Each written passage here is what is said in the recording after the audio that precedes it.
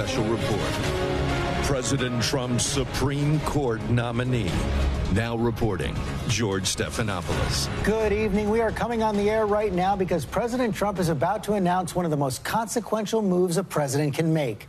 His next choice to fill a vacancy on the Supreme Court, the seat held by retiring Justice Anthony Kennedy for more than 30 years. Kennedy, a conservative appointed by Ronald Reagan, but so often the key swing vote on the court, siding with liberals on social issues like gay marriage, abortion, and affirmative action. President Trump's choice almost certain to be locking in a 5-vote majority if confirmed by the Senate. Our chief White House correspondent John Carl is in the East Room of the White House. And John, locking in that conservative majority, a core promise Trump hammered home during the campaign. It sure was, George. This is President Trump's chance to tip the balance of power on the Supreme Court for years, maybe even decades to come. He promised to put solid conservatives on the court.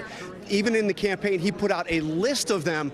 It was a promise he never wavered on. And, George, many Republicans believe that is in large part why he is now president today.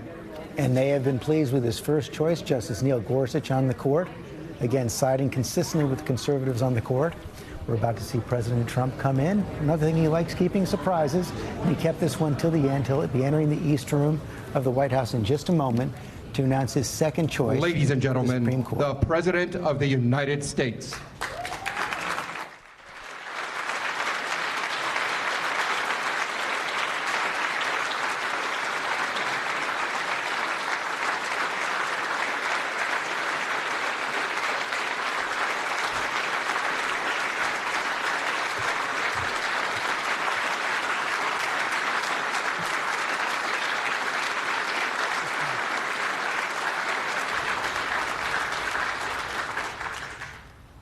My fellow Americans, tonight I speak to you from the East Room of the White House regarding one of the most profound responsibilities of the President of the United States, and that is the selection of a Supreme Court justice.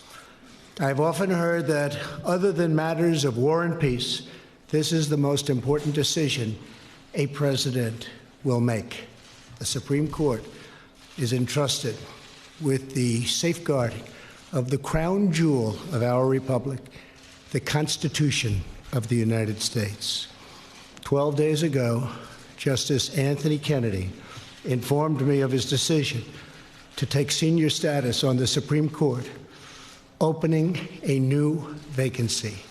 For more than 4 decades, Justice Kennedy served our nation with incredible passion and devotion.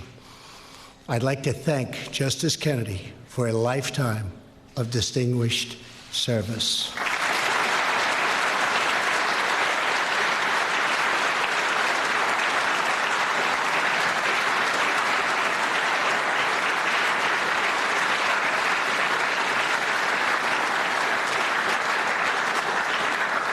In a few moments, I will announce my selection for Justice Kennedy's replacement.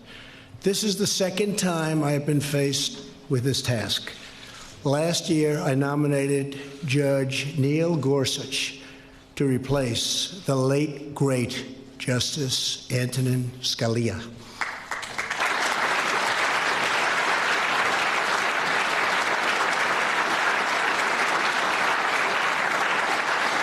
I chose Justice Gorsuch because I knew that he, just like Justice Scalia, would be a faithful servant of our Constitution.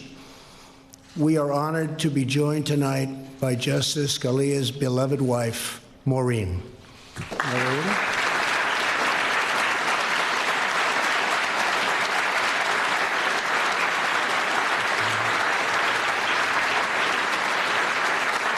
Thank you, Maureen. Both Justice Kennedy and Justice Scalia were appointed by a president who understood that the best defense of our liberty and a judicial branch immune from political prejudice were judges that apply the Constitution as written. That president happened to be Ronald Reagan. For this evening's announcement, we are joined by Ronald Reagan's Attorney General, Edwin Meese. Ed?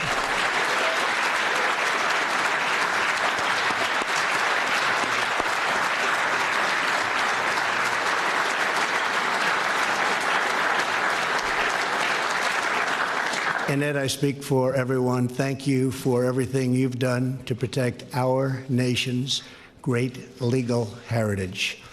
In keeping with President Reagan's legacy, I do not ask about a nominee's personal opinions. What matters is not a judge's political views, but whether they can set aside those views to do what the law and the Constitution require. I am pleased to say that I have found, without doubt, such a person. Tonight, it is my honor and privilege to announce that I will nominate Judge Brett Kavanaugh to the United States Supreme Court.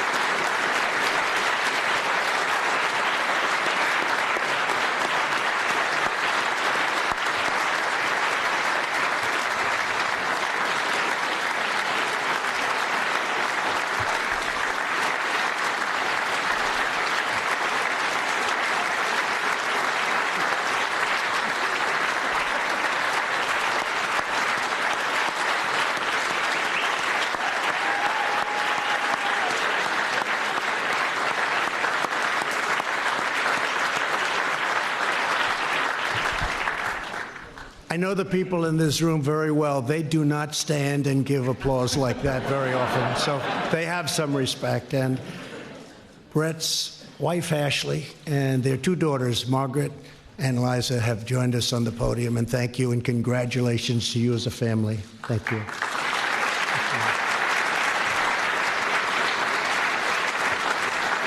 Judge Kavanaugh has impeccable credentials, unsurpassed qualifications, and a proven commitment to equal justice under the law. A graduate of Yale College and Yale Law School, Judge Kavanaugh currently teaches at Harvard, Yale, and Georgetown. Throughout legal circles, he is considered a judge's judge, a true thought leader among his peers. He is a brilliant jurist with a clear and effective writing style, universally regarded as one of the finest and sharpest legal minds of our time. And just like Justice Gorsuch, he excelled as a clerk for Justice Kennedy. That's great. Thank you. Great.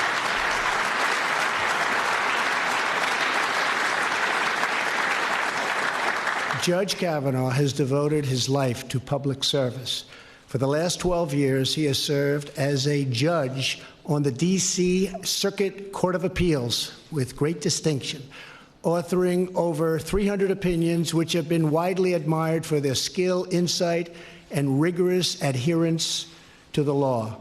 Among those opinions are more than a dozen that the Supreme Court has adopted as the law of the land. Beyond his great renown as a judge, he is active in his community. He coaches CYO basketball, serves meals to needy families, and, having learned from his mom, who is a school teacher in D.C., tutors children at local elementary schools. There is no one in America more qualified for this position, and no one more deserving. I want to thank the senators on both sides of the aisle, Republican and Democrat, for their consultation and advice during the selection process. This incredibly qualified nominee deserves a swift confirmation and robust bipartisan support. The rule of law is our nation's proud heritage. It is the cornerstone of our freedom. It is what guarantees equal justice. And the Senate now has the chance to protect this glorious heritage by sending Judge Brett Kavanaugh to the United States Supreme Court. And now, Judge, the podium is yours.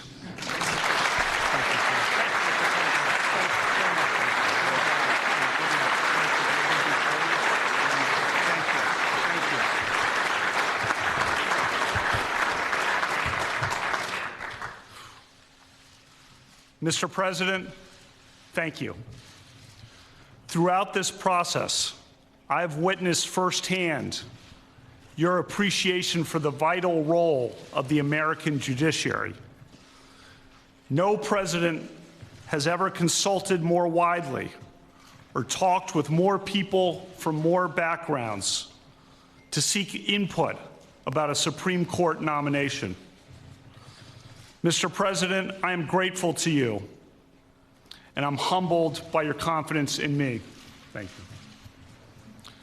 30 years ago, President Reagan nominated Anthony Kennedy to the Supreme Court. The framers established that the Constitution is designed to secure the blessings of liberty. Justice Kennedy devoted his career to securing liberty. I am deeply honored to be nominated to fill his seat on the Supreme Court.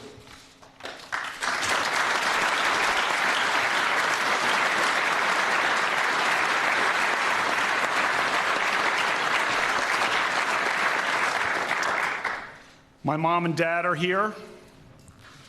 I am their only child. When people ask what it's like to be an only child, I say, it depends on who your parents are. I was lucky. My mom was a teacher. In the 1960s and 70s, she taught history at two largely African-American public high schools in Washington, D.C., McKinley Tech and H.D. Woodson. Her example taught me the importance of equality for all Americans. My mom was a trailblazer. When I was 10, she went to law school and became a prosecutor. My introduction to law came at our dinner table when she practiced her closing arguments. Her trademark line was, "Use your common sense. What rings true? What rings false?" That's good advice for a juror and for a son. One of the few women prosecutors at that time, she overcame barriers and became a trial judge. The president introduced me tonight as Judge Kavanaugh, but to me, that title will always belong to my mom. My dad went to law school at night while working full-time. He has an unparalleled work ethic and has passed down to me his passion for playing and watching sports. I love him dearly. The motto of my Jesuit high school was "Men for Others." I've tried to live that creed. I've spent my career in public service, from the executive branch and the White House to the U.S. Court of Appeals for the D.C. Circuit. I have served with 17 other judges, each of them a colleague and a friend. My judicial philosophy is straightforward. A judge must be independent and must interpret the law, not make the law. A judge must interpret statutes as written, and a judge must interpret the Constitution as written, informed by history and tradition and precedent. For the past 11 years, I've taught hundreds of students, primarily at Harvard Law School. I teach that the Constitution's separation of powers protects individual liberty. And I remain grateful to the dean who hired me, Justice Elena Kagan. As a judge, I hire 4 law clerks each year. I look for the best. My law clerks come from diverse backgrounds and points of view. I am proud that a majority of my law clerks have been women. I am part of the vibrant Catholic community in the D.C. area. The members of that community disagree about many things, but we are united by a commitment to serve. Father John Ensler is here. 40 years ago, I was an altar boy for Father John. These days, I help him serve meals to the homeless at Catholic Charities. I have 2 spirited daughters, Margaret and Liza. Margaret loves sports, and she loves to read. Liza loves sports, and she loves to talk.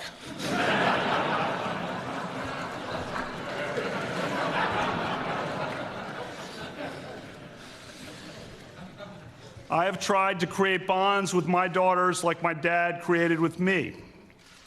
For the past 7 years, I have coached my daughter's basketball teams. The girls on the team call me Coach K.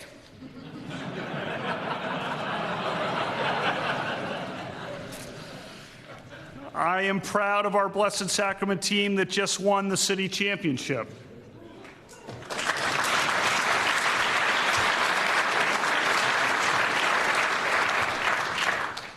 My daughters and I also go to lots of games. Our favorite memory was going to the historic Notre Dame-UConn women's basketball game at this year's Final Four. Unforgettable. My wife, Ashley, is a West Texan, a graduate of Abilene Cooper Public High School and the University of Texas. She is now the town manager of our community. We met in 2001 when we both worked in the White House. Our first date was on September 10th, 2001.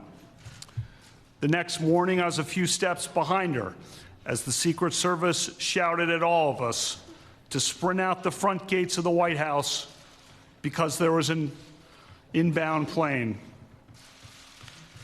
In the difficult weeks that followed, Ashley was a source of strength for President Bush and for everyone in this building. Through bad days and so many better days since then, she has been a great wife and an inspiring mom. I thank God every day for my family.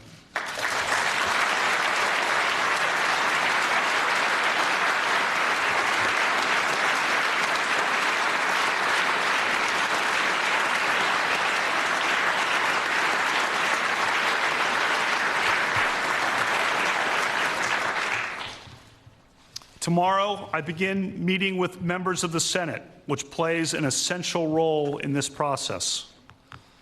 I will tell each senator that I revere the Constitution.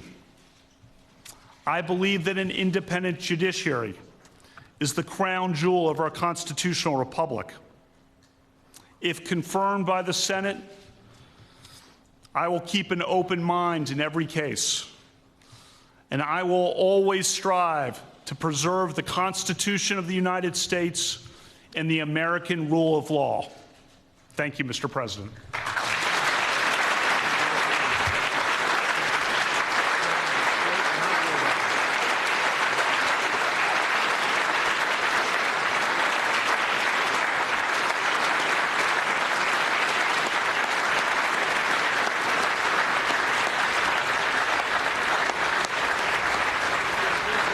There you see him, President Trump's nominee for Justice of the Supreme Court, Brett Kavanaugh, along with his family, his wife and daughters, Ashley, Margaret, and Liza. Just heard a little bit of his life story right there. The president looks proud. Clerk for Anthony Kennedy.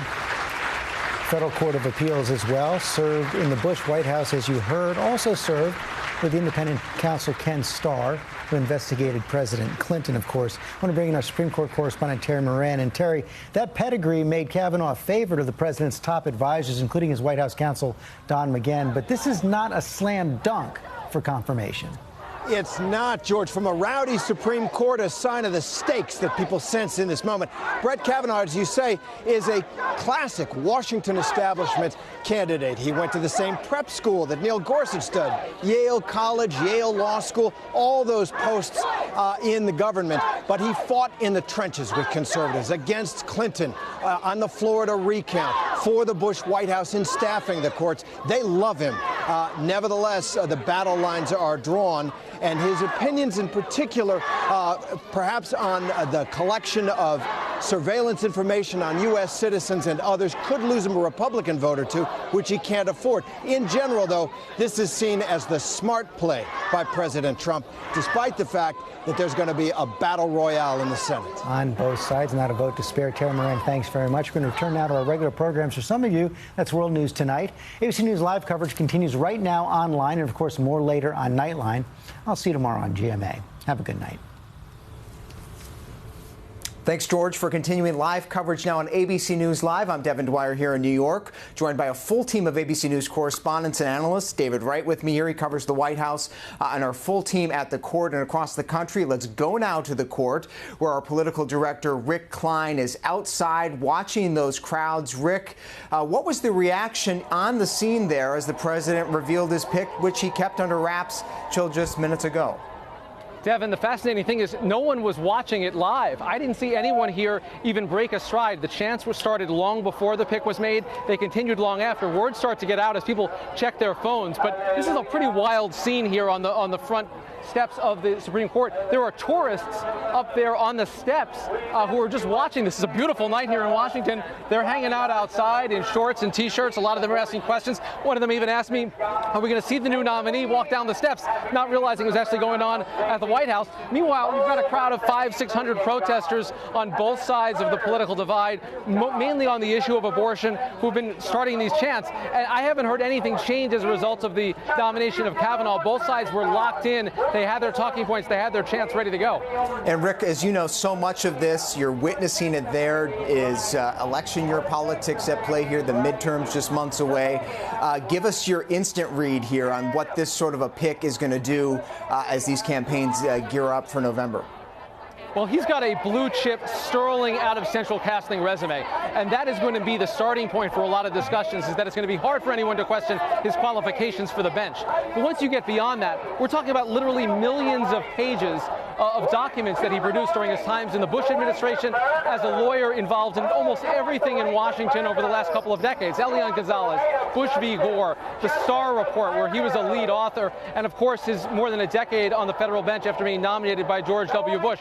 So he is an establishment pick, but there are so many aspects of his record that could bog down the Senate. I think a lot of it is going to be a fight over documents, and then the fight over ideology, trying to define exactly where Brett Kavanaugh is on issues. Actually, he's had a lot less to say about some hot-button issues involving gay rights, involving abortion rights, than some of the other people on the short list. So you're going to see the groups begin to go through those nuggets in his record, in his past rulings, to try to find out what they can in advance of the nomination hearings. All right, stand by. Rick Klein there at the court. Let's bring in our Supreme Court analyst, Kate Shaw. Kate, let me put that to you. This is a huge paper trail. Judge Kavanaugh, perhaps more controversial than some of the consensus picks that we had been hearing floated about on the president's short list the past few days. What do you make of this selection?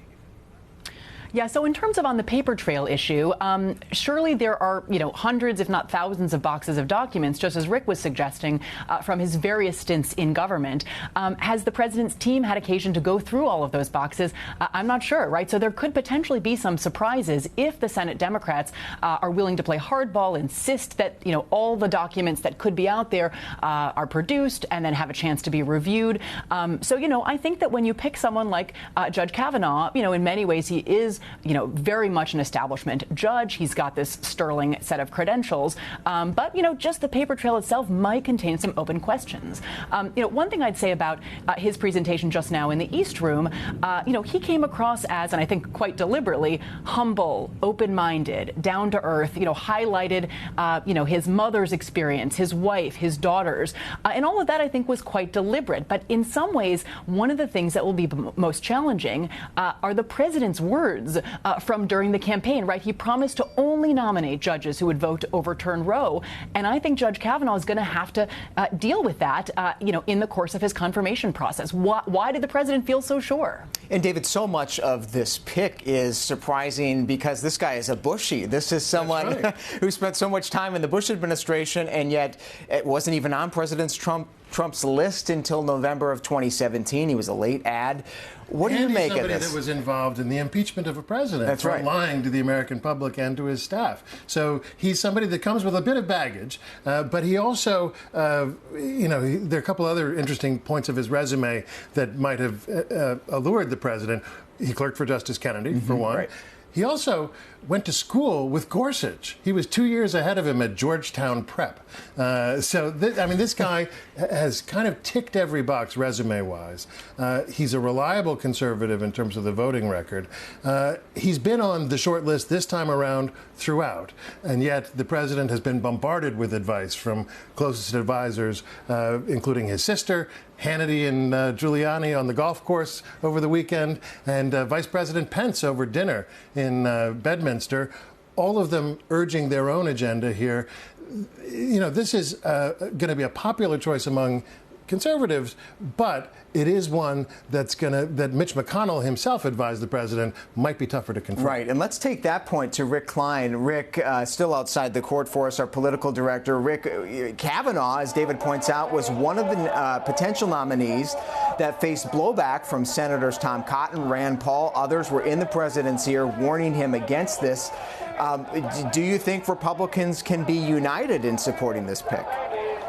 I think they're likely to come around. I think some of the concerns about Brett Kavanaugh's record were really related to his time serving the very controversial Bush White House.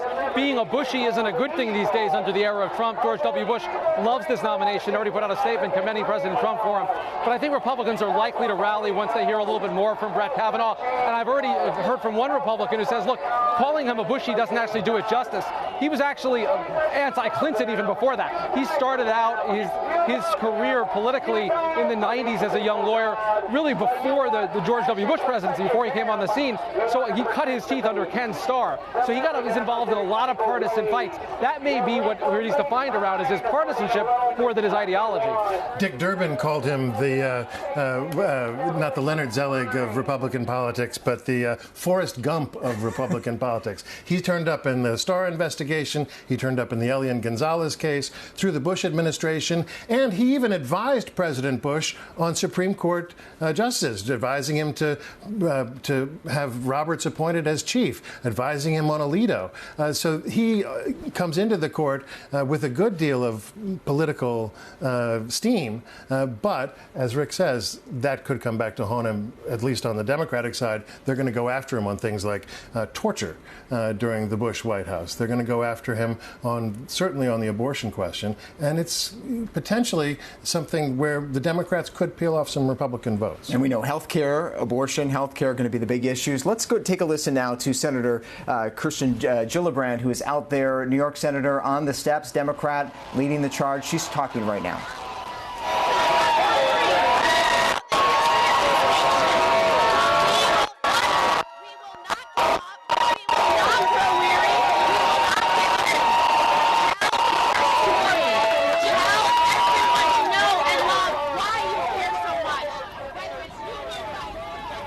And we're joined now by ABC News contributor Tom Bossert, former advisor to President Trump, who also worked with Brett Kavanaugh during the Bush administration. And George W. Bush, by the way, just put out a rare statement praising President Trump, called this an outstanding decision. Tom, thanks for joining us here on ABC News Live. Give us your impression of Brett Kavanaugh. Who's the man that you knew behind the scenes? Well, good evening. I share in President Bush's admiration of Brett. He is, hands down, one of the smartest, most competent individuals I've ever worked with. I'm really thrilled that President Trump has selected him tonight. Brett has been most jokingly referred to as a future Supreme Court justice since the day I met him over 15 years ago. So this is a long, in the process, nomination, I think, and I think it's going to be great for the country. And what was it about him, Tom? You know, in your interactions with him, he was, of course, an associate counsel to the president. He was the staff secretary in the Bush White House for a while. But what qualities did you see firsthand? Give us an anecdote that people can relate to. What was it about him that made you convinced he'd be a good justice? Yeah, you know, I first worked with him not in the White House, but in the independent counsel's office, and he was, among other driven lawyers, out working and out writing and out researching all of them. And for most of us to do research for Brett was a difficult challenge. He usually knew most of what we came up with already and had already written it in a really clear and concise way. But later at the White House, what I remember most about Brett was the amount of work he did under pressure in an honest way. So people are going to use words like integrity and competence. He exemplifies them, and I've seen it in action. And in a post-war or build-up to war environment in the White House, the stakes couldn't have been higher, and he performed in a role that most people don't understand as staff secretary in a way the country would really have been proud of. All right, ABC News contributor Tom Bossert, formerly of the Trump administration, worked with Brett Kavanaugh as part of Ken Starr's team. Tom, thank you so much. I want to bring back in our Supreme Court analyst, Kate Shaw. Kate, I want to put that to you. Sort of interesting, as David was talking about, Brett Kavanaugh served as part of this team that was prosecuting, investigating a president. But as you know, Brett Kavanaugh had a bit of a change of heart of late. He's written in a 2009 Minnesota Law Journal article. He actually wrote about the difficulties of investigating a president, suggesting presidents shouldn't be investigated while they're in office. Perhaps that's something that caught President Trump's eye here. It's quite possible. I mean, I think you're right that his background is mixed around these questions of presidential power, investigations of and even indictments of sitting presidents. But I think in terms of his recent writing, both academic writing and his opinions, it's pretty clear he holds a very expansive conception of presidential power. You know, actually, most former White House lawyers do. You serve a president, and it kind of gets in your DNA a little bit. So, you know, he's written that the president's pardon power is potentially unbounded. He has, in his opinions, written about the importance of presidential control over independent agencies so that power doesn't get diffused within the executive branch, but all kind of filters back up to the president. So I think it's quite possible these presidential power questions could come before the Supreme Court in really high stakes ways. And in some ways, those kinds of questions might have been as important to White House decision makers as, you know, these other issues, abortion, administrative state questions, same-sex marriage and gay rights generally. You know, presidential power is really front and center. And I think that might have been an advantage that that Brett Kavanaugh had in the selection process. Yeah, and I want to drill down on that just real quick before we let you you go, Kate. In this, he did write about unfettered power to pardon. He also talked about the potential for presidents to pardon people before they're even convicted of a crime. This is sort of a fascinating association here, as the president has been embroiled in this Mueller investigation, something that people are speculating about. Do you think that Judge Kavanaugh could potentially, if confirmed, I mean, could this Supreme Court see a case involving the president and this Mueller investigation? Absolutely. I mean, of course, we don't know at this point, but if the president declines to sit for a voluntary interview and Mueller attempts to subpoena the president, we could well have the question of whether a sitting president can be subpoenaed and compelled to testify or to give an interview. The Supreme Court has never answered that question, and minds differ about it. So to the extent that the White House, team and the president was gaming all of that out, it's quite possible that they decided that Judge Kavanaugh would likely be a vote in favor of presidential power should those cases arise and come up before the Supreme Court. And so much of this now, as you know, Kate and David, is the big sell.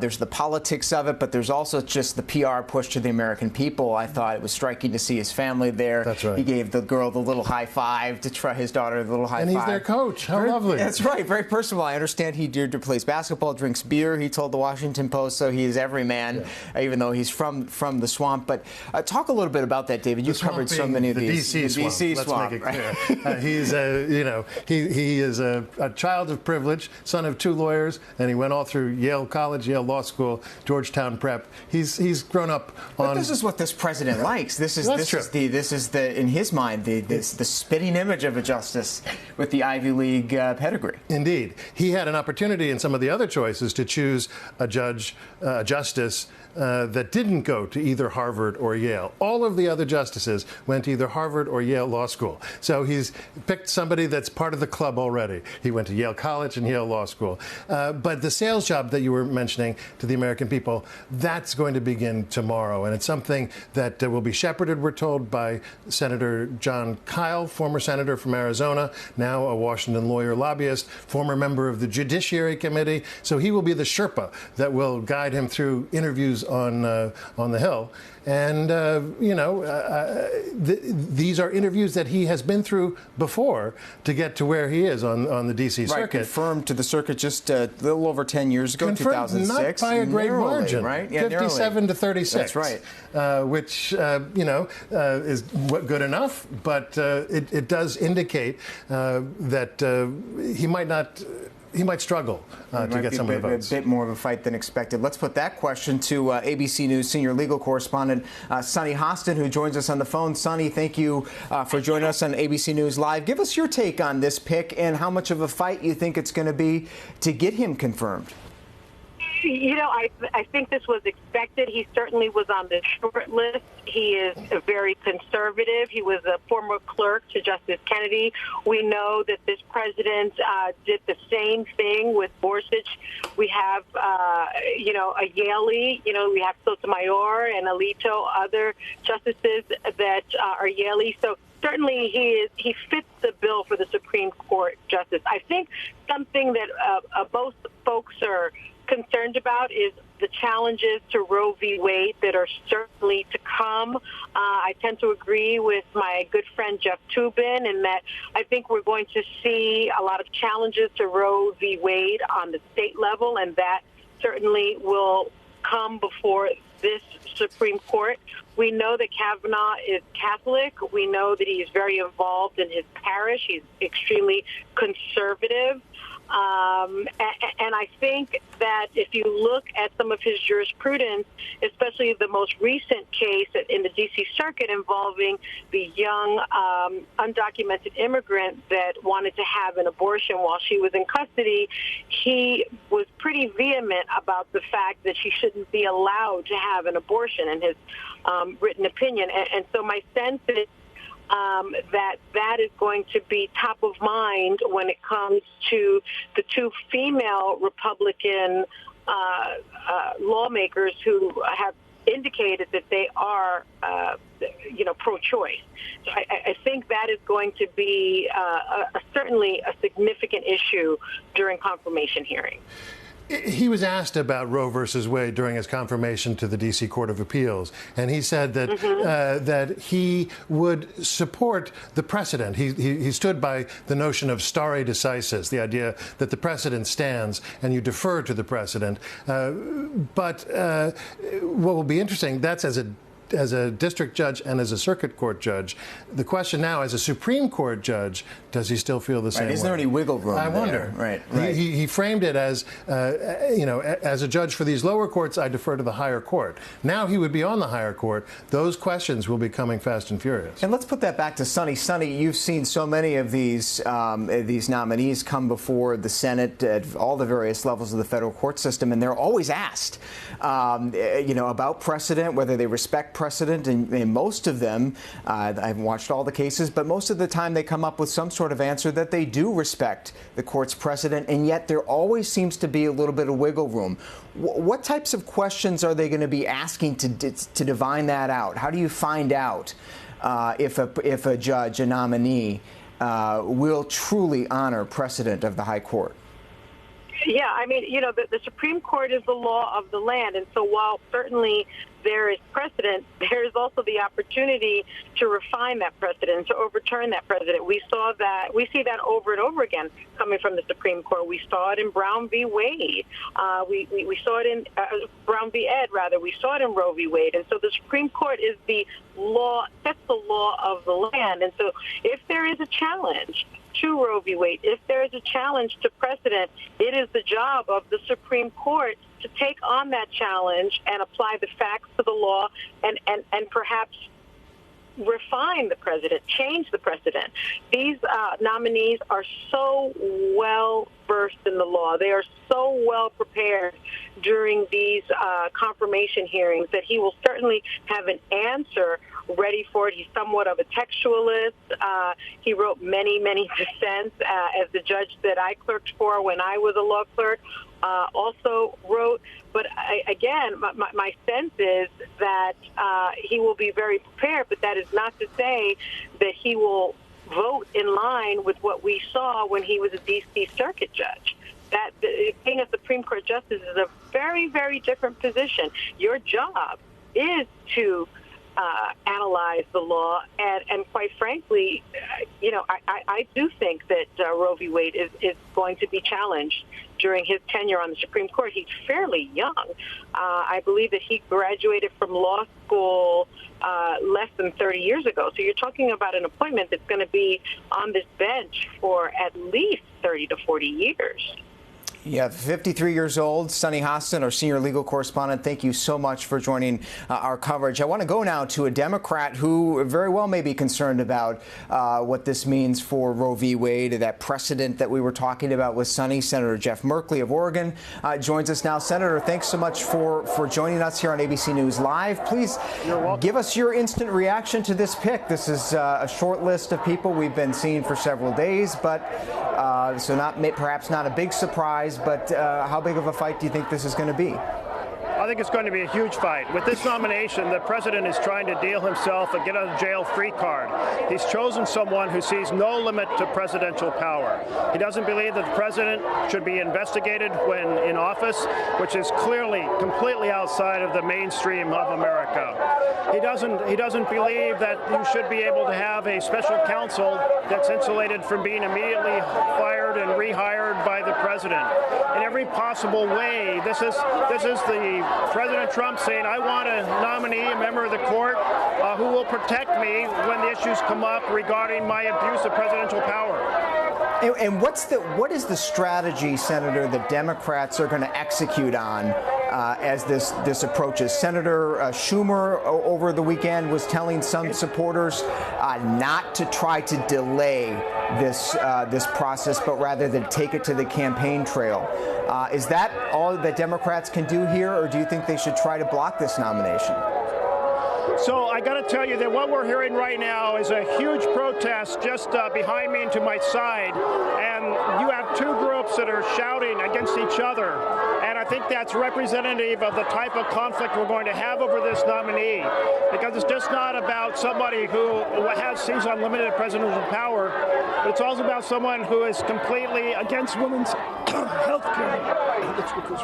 All right, Senator Jeff Merkley, Democrat of Oregon, thank you so much, sir, right out there in the thick of it on the steps of the Supreme Court. We appreciate it. Let's go now to our chief White House correspondent, John Carl, who is in the room for the announcement. John, as you know, this is a lot about those red state Democrats that are going to get targeted in all this as well. Republicans hoping to bring them over.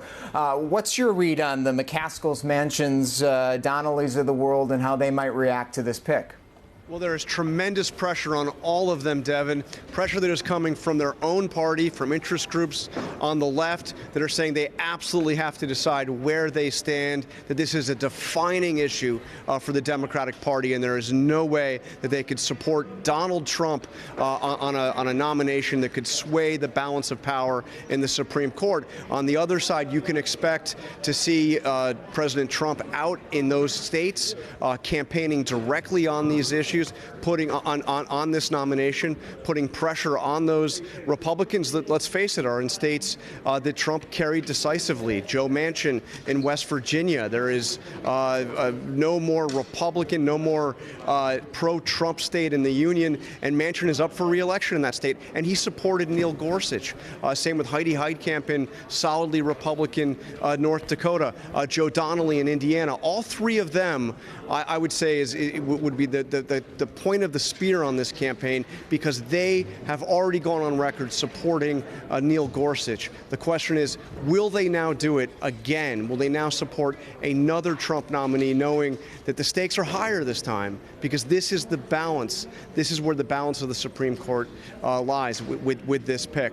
I should tell you, Devin, that all three of them, as well as Doug Jones, the newly elected senator from Alabama, all three were invited tonight to be here at this ceremony, and all of them politely declined. And John, before we let you go, just, you've been tracking the president's promises in his first year and a half or so in office. I mean, this is a huge promise, fulfilled, checkbox for 2 Supreme Court nominees. This gives him a big boost headed into 2020, I imagine. Absolutely. The Republicans hope that this will be exactly what they needed to prevent the big blue wave that so many have been worried about in the midterm elections, because it gives the base of the party something to rally around. This promise from Donald Trump. He initially made, when he first put out his list of potential Supreme Court nominees, a list that was compiled in large part by the Conservative Federalist Society. That first list came out when Trump was trying to clinch the Republican nomination.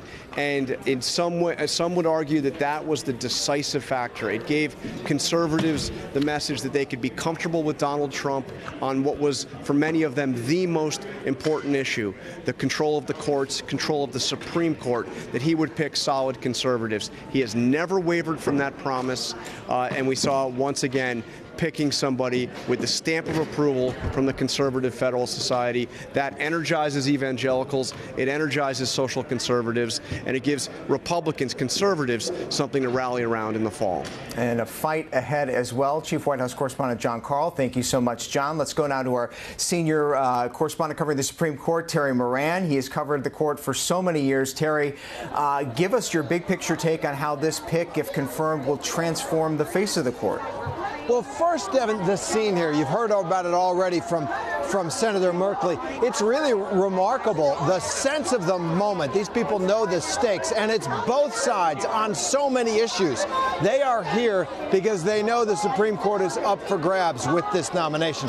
And while you hear the shouting and while you hear a lot of the anger in the air, you're also hearing along the sides good old-fashioned, honest, democratic disagreement. It's a hurly-burly, but I don't sense anything nasty, and that's what we got to hope going forward, that we kind of relearn how to disagree in this country. Doubtful, though, because so much is at stake. You ask what's at stake on this course. Obviously, Justice Kennedy, the crucial vote on so many issues. Abortion, everyone is mentioning for a very good reason. He is the last of the 3 Republican-appointed justices who preserved in almost intact Roe versus Wade when it was last challenged directly in 1992. Justice Sandra Day O'Connor, she's gone. Justice David Souter, he's gone. And now Justice Kennedy is gone. They were the key votes that upheld a woman's right to choose abortion, and the conservatives can smell victory on that issue and on so many other issues here. There's gay rights protesters out here. They have just won equality under the 14th Amendment from Justice Kennedy's opinions. They feel that is now at risk. On other issues, environmental law, Kennedy was the key justice on that and on so many others. And so this court right now is up for grabs. Brett Kavanaugh knows this court. He worked here for Justice Kennedy. He has long been pointing his career up those steps, and right now he's at the verge of them. All right, Terry Moran at the Supreme Court. Terry, thank you so much for all of your reporting. David, people doing searches on Google right now, just in the top search is Brett Kavanaugh, people trying to find out more about this guy.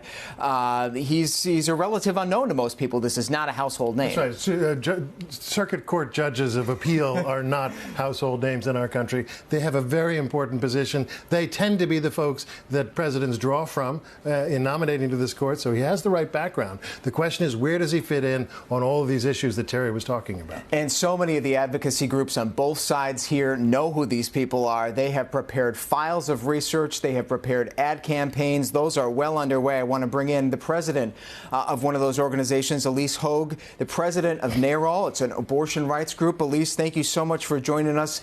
Give us your reaction to the pick and what you think this might mean for abortion rights in America if confirmed. Well, we think tonight Donald Trump made good on his campaign promise to nominate a justice that will gut Roe, criminalize abortion, and punish women.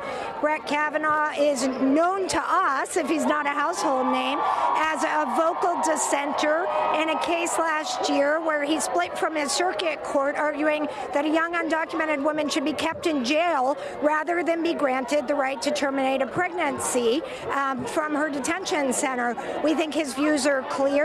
We think he should be disqualified, and we think that nothing less than our futures and our health and our freedom is at stake.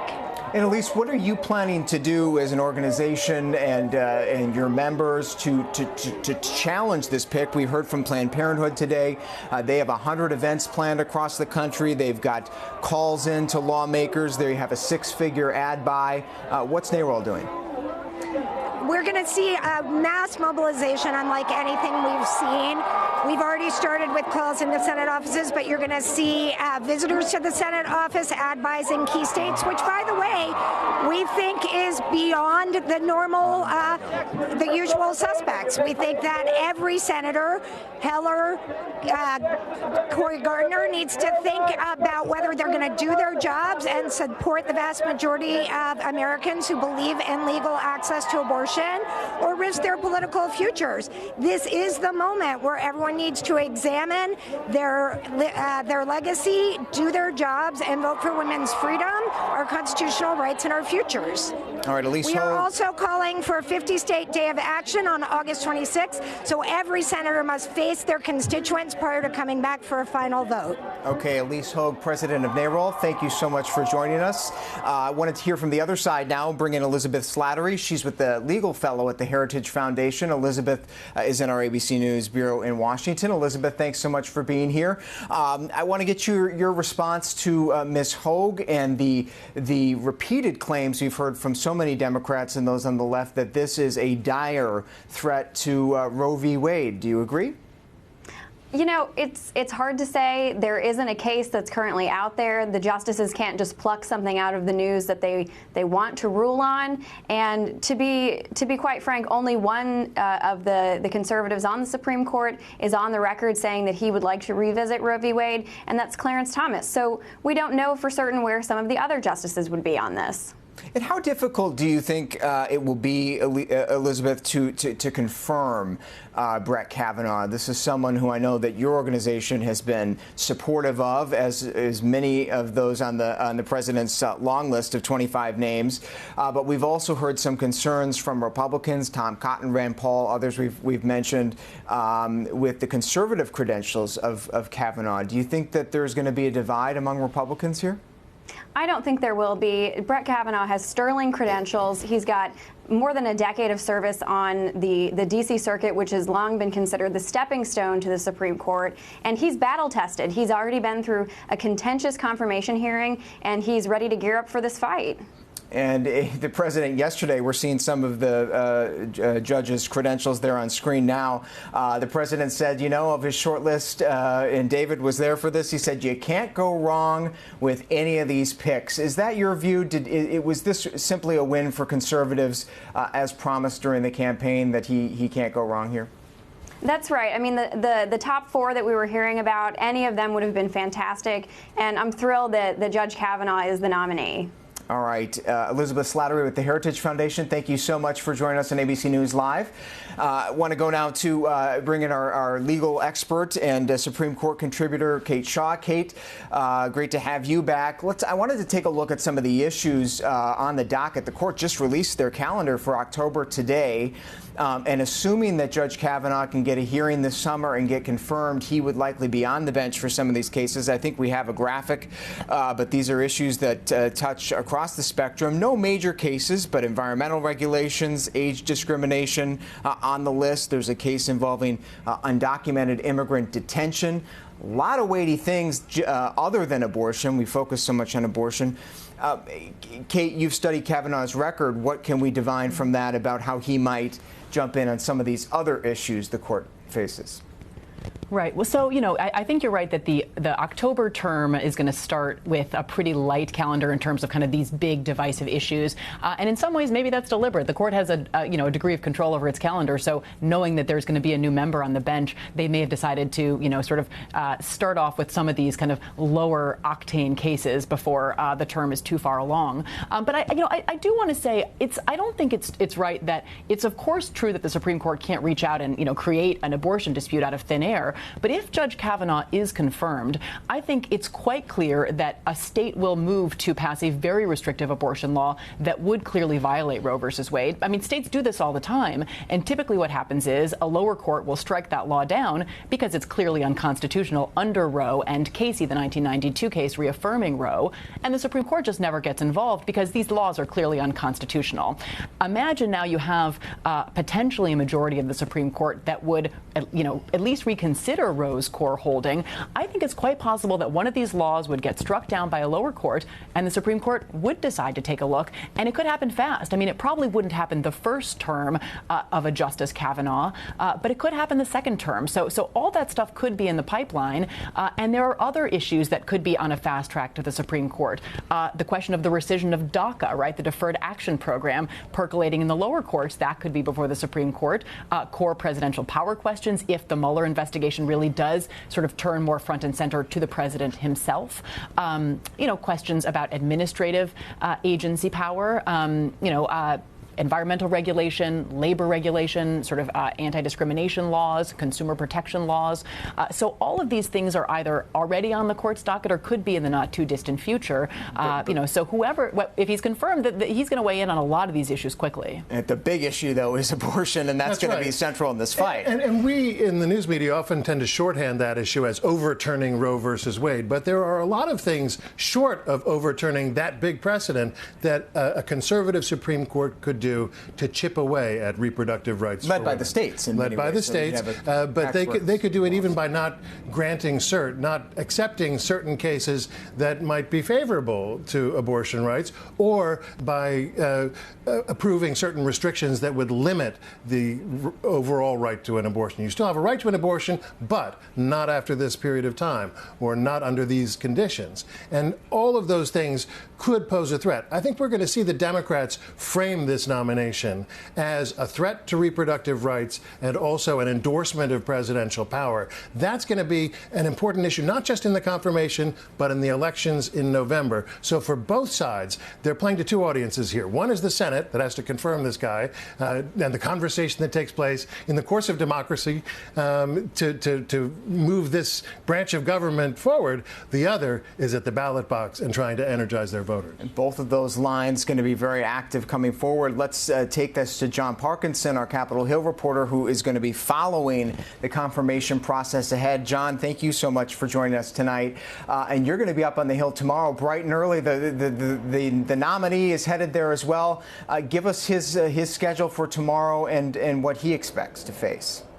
Yeah, that's right. He announced in the East Room there that he's going to come up to the Capitol. We expect him to meet first with Leader McConnell. When Neil Gorsuch came up the day after he was nominated, he was there with Vice President Mike Pence, and he had a Sherpa with him who was former Senator Kelly Ayotte. So serving in that role for Judge Kavanaugh will be former Senator John Kyle, who was a three-term Republican senator from Arizona that left the Senate about 5 years ago. And John, remind us of the math. We've been talking tonight about this battle, Republicans versus Democrats, and do they have the votes? This is a very narrow margin. As likely as it is that he will get confirmed, it's still very narrow, right? Exactly. I mean, I think effectively right now you have to assume that John McCain is not going to be here to vote. So if you get all Republicans to vote for Judge Kavanaugh, you have 50 votes and only 49 Democrats can oppose. So in that case, it would pass. But if you get either Susan Collins or Lisa Murkowski to vote against Kavanaugh, but they did vote for him in 2006 during his confirmation battle to the D.C. Circuit Court, so there's a good sign there. But if any Republicans oppose, then they're going to really be depending on those Democrats that also supported Gorsuch. All right, so a battle underway in the math is going to be going on the Hill tomorrow. John Parkinson, our Capitol Hill reporter, will be there. I want to wrap up, David. We just got a couple minutes left, but get your closing thoughts on this pick. He kept us in suspense till the end, but it wasn't too big of a surprise. That's right. It was a bit of a reality show, the rollout of this, but they showed real discipline with this nominee. They didn't have any leaks about it. Perhaps that's because the president didn't make up his mind until quite late today. Right. But this is the fight now for this administration going into the midterm elections, and I think that it's one that has big implications for the future of the country, and it also has immediate implications in terms of the November elections. And Kate, what's your take on what impact we lost Kate Shaw, but we do have our esteemed political director Rick Klein. Rick, give us your closing thought on this selection and what it will mean for politics this fall. The question won't be whether Brett Kavanaugh is qualified. He is. The question will be whether he's too ideological, too partisan. That's going to be the crux of this. And Kavanaugh gives them a lot of material. I have seen other nominations held up with fewer issues around paper trails and documents. That is going to be a big question. And then for Democrats, how they coalesce around this. We know they are fired up. You can see them behind me, how the passions that are espoused by this nomination, how you channel that into actual votes. Can you get Republicans on the other side? President Trump is obviously in control, but it is a perilous path, particularly when you realize how many different avenues Brett Kavanaugh has been involved with over the last couple of decades. All right, Rick Klein, our political director, great reporting out there at the Supreme Court. You can follow more of Rick's analysis in The Note at abcnews.com tomorrow morning, in-depth analysis. And you can follow all of our reporting on this story and, of course, the big confirmation battle ahead by downloading the ABC News app. You can follow us here at ABC News Live 24 hours a day. We are here. For David Wright, I'm Devin Dwyer here in New York. Thank you so much for watching. We'll see you next time.